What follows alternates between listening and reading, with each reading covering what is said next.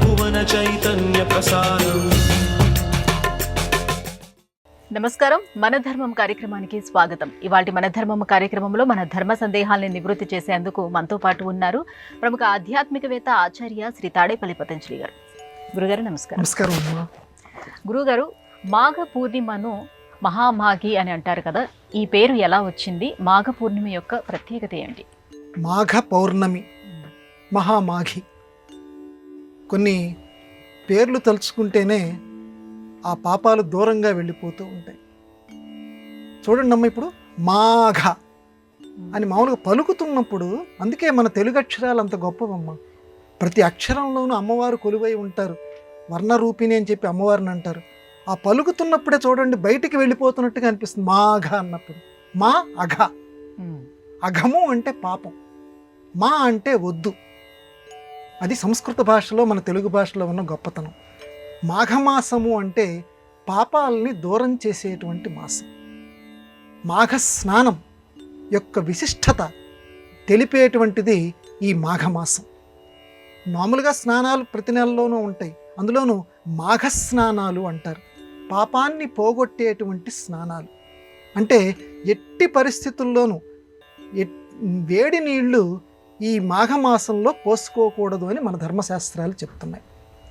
సముద్రపు నీటిలో స్నానం చెయ్యాలి, లేదా నదీ స్నానం చెయ్యాలి. అవి మాకు గత్యంతరం లేదు అని అంటే ఇళ్లల్లో పోసుకుంటూ, మనం లేకపోతే కుంభమేళా స్నానం చేస్తున్నట్టుగా ఏ రకంగా మనం భావించుకుంటామో, నేను మాఘ స్నానం అహం కరిష్యే అని అనుకోవాలట. ఆ పదం వాడమన్నారు.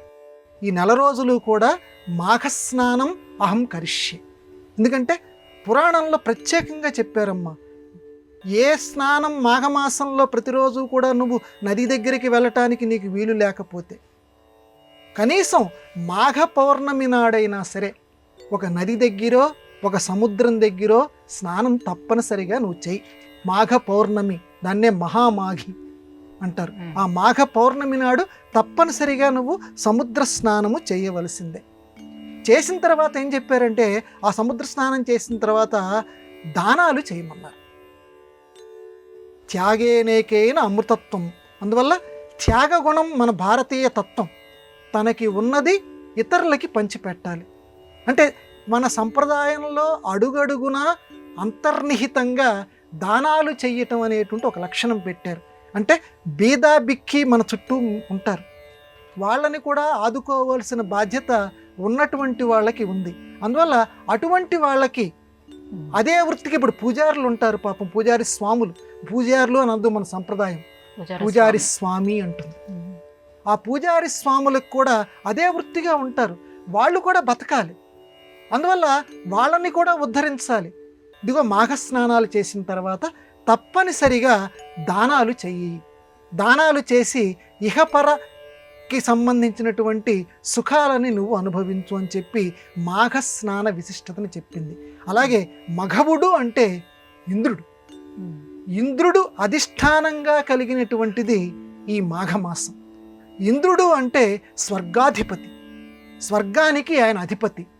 స్వర్గము అని అంటే మనం మామూలుగా చెప్పుకునేటువంటి అర్థం ఏంటంటే సుఖప్రసాదిని, ఏది కోరితే అది అనుగ్రహించేటువంటి దాన్ని స్వర్గము అంటారు. అటువంటి వాడు ఈ నెలకు అధిపతిట, మఘవుడు.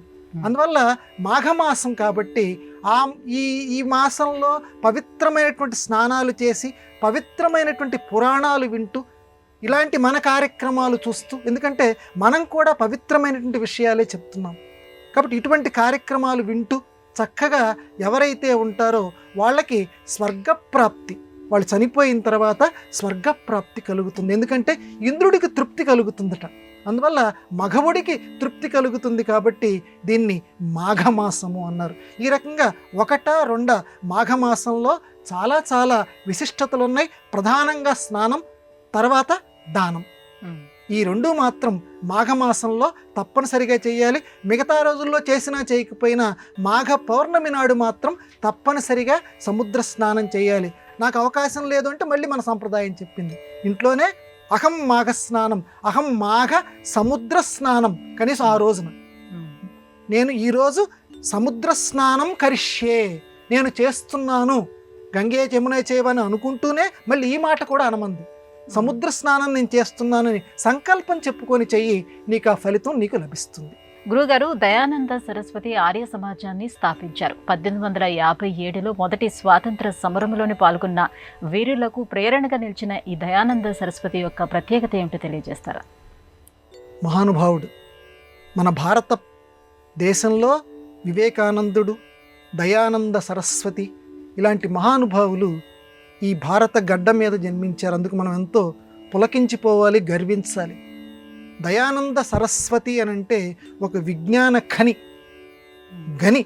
వేదాలకి మహానుభావుడు. ఆయన చేసినటువంటి సేవ అంతా ఇంత కాదు. ఈనాటికి కూడా ఆర్య సమాజము అని అంటారు. ఆర్య సమాజం ఆయన పేరు మీద ఇప్పటికి కూడా భారతదేశంలో, ప్రపంచంలో కూడా విశేషమైనటువంటి వ్యాప్తి కలిగినటువంటిది. వీళ్ళది ఏంటంటే ఏకేశ్వర సిద్ధాంతం. ఉన్నటువంటి వాడు ఒకడే, ఏకేశ్వరుడు. మనం కూడా అదే చెప్తుంది, సంప్రదాయం కూడా అదే చెప్తుంది. ఏకం సత్ విప్రా బహుదా వదంతి. విప్రా అంటే ఇక్కడ బ్రాహ్మణులని కాదు, అక్కడ అర్థం ఉన్నది ఒకడే. విశిష్టమైనటువంటి జ్ఞానం కలిగినటువంటి వాళ్ళు ఆ ఒక్క దైవాన్నే అనేకులుగా చెబుతూ ఉంటారు. శివుడని, రాముడని, దుర్గాదేవి అని చెబుతూ ఉంటారు. ఉన్నది ఒక్కడే. ఆ ఒక్కడే అన్నది దయానంద సరస్వతి. దాన్ని బాగా స్థాపించారు, ఆర్య సమాజాన్ని స్థాపించారు. ఈయన ఎంత గొప్పవాడనంటే, ఆయన ఎంత అంటే విజ్ఞానంలో శిఖరాలను ఎలా అందుకున్నాడో ఒక చిన్న సంఘటన చెప్తాం. దయానంద సరస్వతి జీవితంలో ఒకసారి ఈయన్ని చూడటానికి ఒక పండితుల వారు వచ్చారట. అప్పటికే చాలా పేరు వచ్చింది దయానంద సరస్వతికి, వేదశాస్త్రాలు బాగా తెలిసిన వాడని. ఈయన వస్తే ఈయన ఆహ్వానం చేశారు. ఇద్దరు మనలాగే కూర్చున్నారు. కూర్చున్న తర్వాత ఆ పండితుల వారికి కోపం వచ్చిందట. ఏమి దయానంద సరస్వతి ఇలా చేసావు అన్నట్టు. ఏం చేశాను స్వామి అన్నట్టు. నువ్వు కూర్చున్న కుర్చీ ఎత్తుగా ఉంది, నేను కూర్చున్న కుర్చీ నీకంటే కొంచెం తక్కువగా ఉంది. పండితుణ్ణి నేను ఎవరనుకుంటున్నావు? బాగా చదువుకున్నవాడిని నన్ను పిలిచి నువ్వు ఇలా అవమానం చేస్తావా? ఈయన పాపం నవ్వాడు. అయ్యో పొరపాటు అయిపోయిందండి స్వామి, మీరు ఇలా రండి, ఈ కుర్చీ కొంచెం ఎత్తుగా ఉందంటున్నారు కదా, మీరు ఇలా వచ్చి కూర్చోండి అని చెప్పి తను వెళ్ళి ఆ తక్కువ ఎత్తులో ఉన్నటువంటి కుర్చీలో కూర్చున్నాడు. వినయ విధేయతలు కలిగినటువంటి దయానంద సరస్వతి. అప్పటికి ఈయనకు అహం, ఈ పండితుల వారికి అహం కొంచెం చల్లారిన తర్వాత కొన్ని శాస్త్ర చర్చలు ఇవన్నీ చేశారు. చేసిన తర్వాత ఉన్నట్టుండి దయానంద సరస్వతి అలా చెట్టు దగ్గర కూర్చున్నారు వీళ్ళు. ఆ చెట్టు మీద పక్షులను చూపించాడు ఆ పండితుల వారికి దయానంద సరస్వతి. స్వామి అటువైపు చూడండి ఒకసారి అన్నాడు. ఏమి అన్నాడు? చెట్టు మీద పక్షులను చూడండి అన్నాడు. ఉన్నాయి కదా అన్నాడు. అవి మనకంటే ఎత్తులో ఉన్నాయి స్వామి అన్నాడు. ఇప్పుడు చెప్పండి స్వామి, ఇప్పుడు మనకంటే కూడా విజ్ఞానంలో అవి చాలా గొప్పవి కదా అన్నాడు. ఈ చురకలు పెట్టడం అంటే వాడి మనస్సుని ఒక్కసారి చెలింపచేసేటట్లు మాట్లాడటం, ఇది మన భారతీయ సంప్రదాయంలో దయానంద సరస్వతి, వివేకానందుడు ఇలాంటి మహానుభావుల జీవిత చరిత్రలు చదువుతుంటే మనకు తెలుస్తుంది. అప్పుడు తన తప్పుని ఆయన గ్రహించాడు. పక్షులు అంటే ఎత్తుగా ఉన్నంత మాత్రాన అవేమి గొప్పవి కావు. ఎవడు కూడా మనస్సులోనూ శరీరంలోనూ వాడికి పాండిత్యం ఉండాలి, మాటలో వాడికి పాండిత్యం ఉండాలి. అంతేగాని ఎక్కడ కూర్చున్నారన్నది కాదు ప్రధానం అనేటువంటి మాటని చెప్పకుండానే చాలా సున్నితంగా దయానంద సరస్వతి ఆవిష్కరించారు. ఇలా ఆయన రాసినటువంటి పుస్తకాలు మనం చదువుతూ ఉంటే అన్నీ మనకి దొరుకుతూ ఉంటాయమ్మా. ఆర్య సమాజ సిద్ధాంతాలని చూస్తూ ఉంటే ఆయన అంతటి మహానుభావుడో తెలుస్తుంది. అటువంటి వాడిని కన్నటువంటి భారత మాతకి మనం ప్రణమిల్లుదాం. గురుగారు, మరో సందేహం. ప్రతి మాసంలో సూర్య సంక్రమణం జరుగుతుంది. ఈ సంవిధానంలో కుంభ సంక్రమణం అంటే ఏమిటి? మనకి ప్రతి మాసంలోనూ సంక్రాంతి అమ్మ. ప్రతి మాసంలో సంక్రాంతి ఏంటి స్వామి, నేను ఎప్పుడు వినలేదు. ఏదో జనవరిలో అంటారు, ఏదో 13వ తారీఖు 12వ తారీఖు దాన్ని బట్టి అది వస్తుంది. అది సంక్రాంతి అని మేము జరుపుకుంటాం. 3 రోజులు 4 రోజులు మేము జరుపుకుంటాము. మీరు ప్రతి మాసం సంక్రాంతి అంటే నిజమే, ప్రతి మాసంలో సంక్రాంతి వస్తుంది. కానీ మనకందరికీ బాగా పరిచయం, అందరూ బాగా జరుపుకునేది కేవలం ఆ పుష్యమాసానికి సంబంధించి. మనం అప్పుడు చక్కగా సంక్రాంతి, సూర్యుడు మకర రాశిలోకి ప్రవేశించినప్పుడు మకర సంక్రాంతి. ఆ మకర సంక్రాంతినే మొత్తం 12 మాసాల్లోకి సంక్రాంతి అని పిలుస్తారు. మరి మిగతా చాలా రాశులు ఉన్నాయి. ప్రతి రాశిలోనూ సూర్యుడు ఒక్కొక్క నెలలో ప్రవేశిస్తూ ఉంటాడు. అప్పుడు 12వ తారీఖు ప్రవేశించాడు, మళ్ళీ రేపు 12వ తారీఖు, మళ్ళీ ఇప్పుడు ఈరోజు సూర్యుడు కుంభరాశిలోకి ప్రవేశిస్తాడు. మకర రాశిలో నుంచి కుంభరాశిలోకి ప్రవేశిస్తాడు. సంక్రమణము, ప్రవేశించుట అంటే సంక్రమణము అంటారు. సూర్యుడు కుంభరాశిలోకి ప్రవేశించాడు కాబట్టి ఈరోజు కుంభ సంక్రమణము అంటారు. దాన్నేమో మకర సంక్రమణము, మకర సంక్రాంతి, సంక్రమణం అని పలకలే కొంతమంది సంక్రాంతి అన్నారు. అలాగే ఈరోజు కుంభ సంక్రాంతి. కాబట్టి సూర్యుడు ఏ రాశిలోకి ఎప్పుడు ప్రవేశిస్తే ఆ రాశి పేరు మీదుగా సంక్రాంతి అని పిలవాలి. కానీ లోకంలో అంతటా ప్రసిద్ధి చెందినది మాత్రం మకర సంక్రాంతి ఒక్కటే బాగా ప్రసిద్ధి చెందింది. ఈ కుంభ సంక్రాంతి మొదలైనటువంటివి అంత ప్రసిద్ధి చెందలేదు. కానీ మనకంటే కూడా ఉత్తర భారతదేశం ఇలాంటి చోట్ల బంగదేశీయులు ఇలాంటి వాళ్ళు చక్కగా ఈ కుంభ సంక్రమణం నాడు ప్రత్యేకంగా గంగా నదికి స్నానాలు చేస్తారు, పూజలు చేస్తారు, చేసి ఆ సూర్య భగవానుణ్ణి అర్చిస్తారు. కొన్ని రాష్ట్రాల్లో అయితే ప్రత్యేకంగా మకర సంక్రమణం నాడు సూర్యుడిని ఏ రకంగా ఆరాధనలు చేస్తారో ఈ కుంభ సంక్రమణం అప్పుడు కూడా ఆ రకంగా ఆరాధనలు చేస్తారు. మన దక్షిణ భారతదేశంలో మాత్రం చాలా తక్కువ. కేవలం మనందరం కూడా మకర సంక్రాంతి పుణ్యదినాన్ని మనం బాగా జరుపుకుంటాం. ఈ కుంభ సంక్రమణం ఇలాంటివి చాలా తక్కువ. కానీ ఉన్నది మాత్రం ఉన్నది విషయం. కుంభ సంక్రమణం అనేది కొన్ని రాష్ట్రాల్లో జరుపుకునేటువంటి పండగ. త్యాగరాజస్వామి వారి వర్ధంతిని ఆరాధన దినోత్సవంగా జరుపుతారు. అసలు ఆరాధనకు వర్ధంతికి మధ్య తేడా ఏంటి? అసలు ఈ పదాలు చాలా గమ్మత్తుగా ఉంటాయి. వర్ధంతి, జయంతి, ఆరాధన. ఇప్పటికీ వర్ధంతి అనే పదాన్ని కొన్ని చోట్ల పుట్టినరోజు అని వాడతారు. మరి చాలామందికి తెలుసో తెలియదు. వర్ధంతి అంటే మనందరం ఏమనుకుంటామంటే వారు పెద్దవాళ్ళు ఎవరైనా చనిపోయినటువంటి రోజుని మనందరం కూడా వర్ధంతి అంటాం. కానీ ఇప్పటికీ శృంగేరి పీఠం ఇలాంటి పీఠాల్లో వర్ధంతి అంటే అక్కడ పుట్టినరోజు అని రాస్తారు. ఇప్పటికీ వాళ్ళ పంచాంగాలు మనం చూడొచ్చు. అంటే లోకంలో రాను రాను కొన్ని పదాలు ఏంటంటే జనుల యొక్క వ్యవహారంలో కొన్ని అర్థాల్లోనే స్థిరపడతాయి. వాటికి అర్థాలు వేరే అయి ఉండొచ్చు. వర్ధంతి అంటే పుట్టినరోజు అని అర్థం ఉండి ఉండొచ్చు. కానీ వర్ధంతి అంటే చనిపోయిన రోజు అనేటువంటి అర్థమే లోకంలో స్థిరపడిపోయింది. అయితే త్యాగరాజస్వామి ఇలాంటి వాళ్ళు సమాధి చెందిన రోజు, వాళ్ళు చనిపోయిన రోజు అని అనం మనం. ఎందుకంటే వాళ్ళు మహాపురుషులు. కాబట్టి మహాపురుషులు చనిపోయిన రోజున మనం ఏమంటామంటే సమాధి చెందారు, వాళ్ళు శివైక్యం చెందారు, ఇలాంటి పదాలు వాడతారు మన సంప్రదాయం తెలిసినటువంటి వాళ్ళు. ఈ మహాసమాధి చెందినటువంటి రోజు ఆ పుష్య బహుళ పంచమి ఏదైతే ఉన్నదో అప్పుడు ఆరాధన అంటారు. ఆ వర్ధంతిని అంటే ఆయన చనిపోయినటువంటి లేకపోతే సమాధి చెందినటువంటి రోజుని ఆరాధన అంటారు. ఎందుకండి ఆరాధన అనే పేరుతో పిలుస్తారు? ఒక త్యాగరాజ స్వామి వారికే పిలుస్తారు, ఇంకొక అన్నమయ్యకి ఆరాధన అని అనరు. లేకపోతే ఇంకో మహానుభావుడు ముత్తుస్వామి దీక్షితారు వారికి ఆ సమాధి చెందిన రోజు ఆరాధన అనరు. ఒక్క త్యాగరాజస్వామి వారికి మాత్రమే త్యాగరాజస్వామి ఆరాధన ఉత్సవాలు అంటారు. ఆ తిరువాయూరులో చక్కగా పంచరత్న గోష్ఠి జరుపుతారు. ఆ రోజు ఎక్కడెక్కడి నుంచి ప్రపంచం నుంచి గాయనీమణులు, గాయకులు అనేక మంది వచ్చి ఆ పంచరత్నాలని ఆలాపిస్తుంటారు. ఎందుకని ఇలాగా ఆయనకే ఆరాధన ఎందుకు? ఆరాధన అంటే పూజ, సేవ అని ఇలా అర్థాలు. రమణ మహర్షిని ఇదే ప్రశ్న అడిగారమ్మ. అడిగితే ఆ మహానుభావుడు జవాబు చెప్పాడు. ఒక బాగా పాడేటువంటి ఆవిడ అడిగిందట, స్వామి నేను కూడా త్యాగరాజస్వామి వారిలాగా చక్కగా గానం చేసి ఆ చతుర్థ పురుషార్థం ధర్మ అర్థ కామ మోక్షాల్లో 4వది మోక్షం, నేను కూడా మోక్షాన్ని పొందాలనుకుంటున్నాను. త్యాగరాజస్వామి మోక్షం పొందారు కదా, నేను కూడా మోక్షం పొందాలనుకుంటున్నాను, నా వల్ల అది అవుతుందా? ఎందుకంటే నేను కూడా బాగా పాడుతున్నాను స్వామి అని అంటే ఆయన నవ్వారట. రమణ మహర్షి నవ్వి అన్నారట, తనకి ఉన్నది ఆయన పాడాడు. ఆయన పదాలు చాలా జాగ్రత్తగా మాట్లాడతారు రమణ మహర్షి.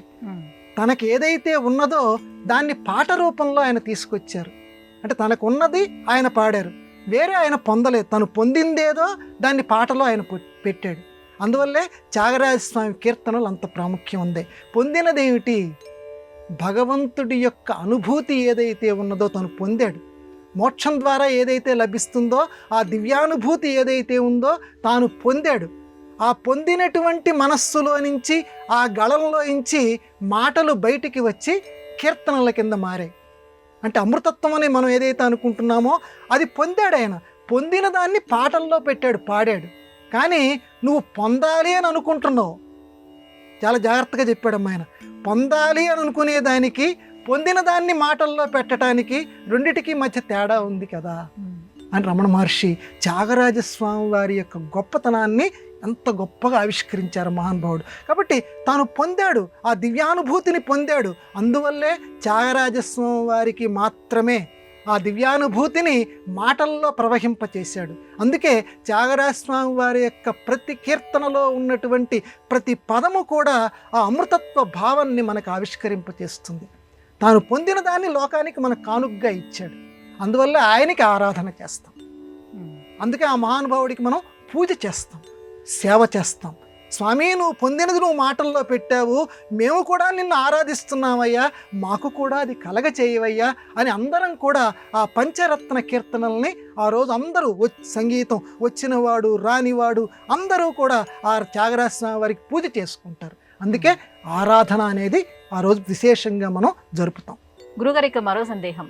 ఎవరికైనా మేలు చేయాలంటే ఆ వ్యక్తి యొక్క వ్యక్తిత్వాన్ని పరిగణలోకి తీసుకోవాలని ధర్మరాజుకి నారదుడు సూచించాడు. మేలు చేయడానికి వ్యక్తిత్వాన్ని పరిగణలోకి తీసుకోవడానికి ఏంటి అసలు సంబంధం? ఎవరు పడితే వాళ్ళకి మేలు చేయకూడదమ్మా, అది మన మహాభారతం చెప్తోంది. అదేంటి స్వామి అని అంటే, అవును, ఇప్పుడు తాగేటువంటి వాడికి డబ్బులు అవసరం, ఆకలిగా ఉన్నటువంటి వాడికి డబ్బులు అవసరం.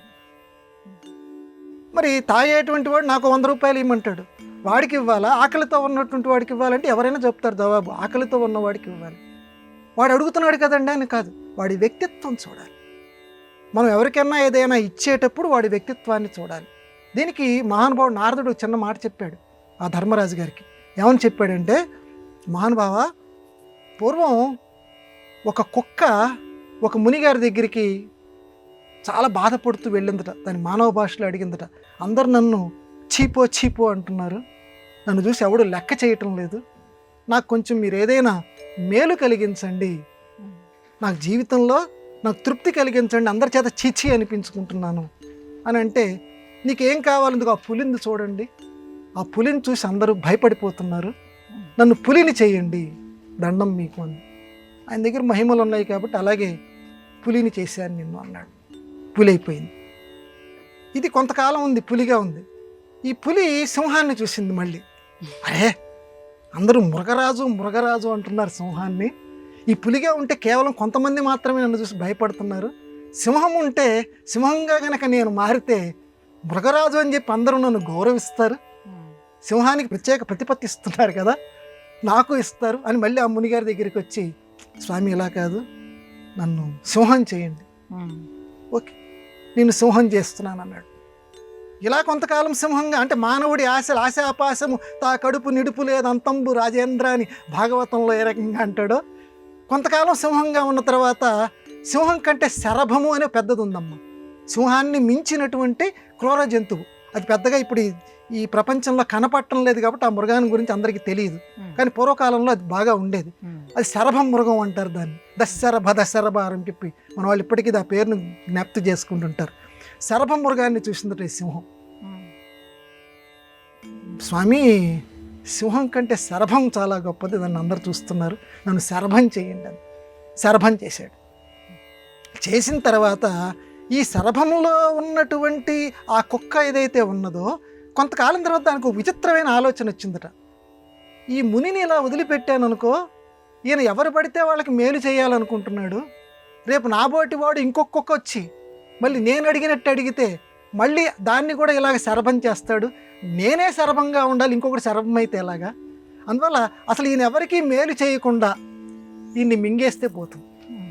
చూడండి మానవుడు ఆ స్వార్థ గుణం చూడండి. కాబట్టి ఇప్పుడు శరభాకృతిలో ఉన్నాను కదా నేను, ఈయన్ని మింగేస్తే ఈయన ఎవడికి మేలు చేయడు, ఇంకొకటి సింహం కింద శరభం కింద ఈయన మార్చలేడు అని మింగాలి అని అనుకుంటుంటే దీని ఉద్దేశాన్ని ఆ ముని గ్రహించేశాడు, మళ్ళీ యథాప్రకారంగా కుక్క కింద మార్చేశాడు. అంటే ఈ కథ చెప్తూ ధర్మరాజుకి చెప్తా అంటాడు నారదుడు, ఎవరికి మేలు చెయ్యాలో వారి వ్యక్తిత్వం వారి స్వభావం గమనించుకోవాలి. వారి వ్యక్తిత్వాన్ని అనుసరించి వారి స్వభావాన్ని అనుసరించి మనం మేలు చేసేదాన్ని వాడు సమాజానికి హితంగా చేస్తాడా చేయడా అని ఆలోచించి అటువంటి వాడికి ఏదైనా మనం సహాయం చేయాలి అని చక్కగా మన భారత ధర్మశాస్త్రం మనకి ప్రబోధం చేసింది. గురుగారు, జ్ఞానంలో కొంతమంది అజగర వృత్తిలో ఉన్నారని అంటారు. అజగర వృత్తి అంటే ఏమిటి? దత్తాత్రేయుల వారు చాలామంది తన గురువులు ఉన్నారని చెప్తూ అందులో నాకు 2 ప్రధానమైనటువంటి గురువులు అని చెప్పాడు. ఒకటి కొండ చిలువ, రెండోది తేనెటీగ. ఈ 2 నాకు గురువులు అని చెప్పాడు దత్తాత్రేయ స్వామి. ఎందుకని చెప్పాడనంటే మొదటిది తేనెటీగ చెప్పాడు. తేనెటీగ ఎక్కడెక్కడి నుంచో నానా కష్టపడుతుంది. ప్రతి పువ్వులో నుంచి తేనెని పాపం సేకరిస్తుంది, ఒక తేనె పట్టుని సమకూర్చుకుంటుంది. తనేదో పొందాలి పొందాలి పొందాలి పొందాలి అని చెప్పి, సరే ఎవడో ఒకడు వస్తాడు, ఆ తేనె పట్టు చేస్తాడు, ఇంకోటి తేనెని పిండేసుకుంటాడు. అప్పుడు బాధపడుతుందట, అరే రే రే నేను ఇంత కష్టపడ్డాను, తేనె పట్టుని ఏర్పరచుకున్నాను అని చెప్పి దానికి ఒక వైరాగ్యం ఏర్పడుతుంది. అంటే ఏది మనకి శాశ్వతం కాదు, అదిగో ఆ తేనెటీగ నుంచి నేను అది నేర్చుకున్నాను. కాబట్టి మనం కష్టపడ్డా కూడా మనకి ఏది మిగలదు, ఈ లోకంలో శాశ్వతం కాదు, మనకి మిగలదనే విషయాన్ని ఆ గురువు నాకు నేర్పింది. అందువల్ల దాన్ని ఒక గురువు కింద నేను ఆ తేనెటీగని నేను స్వీకరిస్తున్నాను. ఇప్పుడు రెండవది మీరు అడిగింది అజగరం, కొండ చిలువ. లోకంలో చాలామంది ఇప్పటికీ కూడా ప్రాచీనులు కూడా ఈ అజగర వృత్తిని అవలంబించేవారు. మునులు ఎందుకు అవలంబించారు అంటే అజగరం అంటే కొండ చిలువమ్మ. ఈ కొండ చిలువ తనంతట తాను ఏదీ ప్రయత్నం చేయదు. తన సమీపంలోకి ఏదైనా వస్తే గుటకాయ స్వాహ మింగుతుంది. తనంతట తాను అన్వేషణ చేస్తూ దేన్నన్నా మింగాలి అని చెప్పి ప్రయత్నం చేయదు. ఇదిగో ఈ కొండ చిలువ నుంచి నేను ఇది నేర్చుకున్నాను అన్నాడు దత్తాత్రేయుడు. నేనేది ప్రయత్నం చేయను, నా దగ్గరికి వస్తే నేను స్వీకరిస్తాను, దగ్గరికి రాలేదా ఊరుకుంటాను. ఆ రకమైన మనస్తత్వం అన్నమాట. మనం దగ్గరికి వచ్చిన దాన్ని స్వీకరిస్తాను, దగ్గరికి రాకపోతే మౌనంగా నాకు ఈ పూట ఇంతే, దేవుడు నాకు ఇంతే విధించాడు, నాకు ఇదే ఆహారంగా ఇచ్చాడు అని ఆ రకంగా నువ్వు ఉండగలగటం అది చాలా గొప్ప సాధనమ్మా. అజగర వృత్తి అంటే మనం మాటల్లో చెప్పినంత కదా. ఎందుకంటే ఈ రోజుల్లో అజగర వృత్తి చేయాలంటే నేను కూర్చుంటాను, నా దగ్గరికి ఎవడైనా ప్లేట్లో భోజనం తీసుకొచ్చి పెడతాడంటే ఈ రోజుల్లో అటువంటి సంయమనం, అటువంటి నిగ్రహం ఉండటం చాలా కష్టం. కానీ నువ్వు గనక అలా ఉండగలిగితే, భగవంతుడి మీద నమ్మకం గనక ఉంచగలిగితే, వివేకానంద స్వామి దీన్ని అవలంబించాడు. పురాణాల్లో అజగర వృత్తి అని దత్తాత్రేయుడు చెప్తున్నాడు కదా, నేను కూడా చేసి చూద్దామని చెప్పి చూశాడు ఆయన. నేను ఎక్కడ ప్రయత్నం చేయను, నా దగ్గరికి భోజనం వస్తుందా లేదా అని చూశాడు. ఆయన దగ్గరికి భోజనం నడుచుకుంటూ వచ్చింది. భగవంతుడి మీద నమ్మకం ఉండాలి. మనలో చాలామందికి ఇట్లాగే చెబుతుంటారులే కబుర్లు, మనం ఇలా కూర్చుంటే మనం కావాలనుకుంటే భోజనం వస్తుందా, ప్రయత్నం చేసి చూడు, భగవంతుడి యందు సంపూర్ణ విశ్వాసం ఉంచి చూడు, అజగర వృత్తిని అవలంబించి చూడు, అప్పుడు తప్పకుండా ఆ గురువు అని దత్తాత్రేయుడు ఎందుకన్నాడో మనకు బోధపడుతుంది. ఇది అజగర వృత్తి ఇప్పటికీ పాటిస్తున్నటువంటి వాళ్ళు ఉన్నారు. గురుగారు, ఇవాళ మన ధర్మం కార్యక్రమంలో మాకు వచ్చినటువంటి ధర్మ సందేహాలన్నీ కూడా నివృత్తి చేసినందుకు ధన్యవాదాలండి. నమస్కారం అమ్మా. ఇది ఇవాళ మన ధర్మం కార్యక్రమం. రేపటి మన ధర్మం కార్యక్రమంలో మళ్ళీ కలుసుకుందాం. నమస్కారం. ఈ కార్యక్రమాన్ని తిరిగి చూడాలనుకుంటే www.youtube.com/@ETV Life Spiritual లో చూడవచ్చు.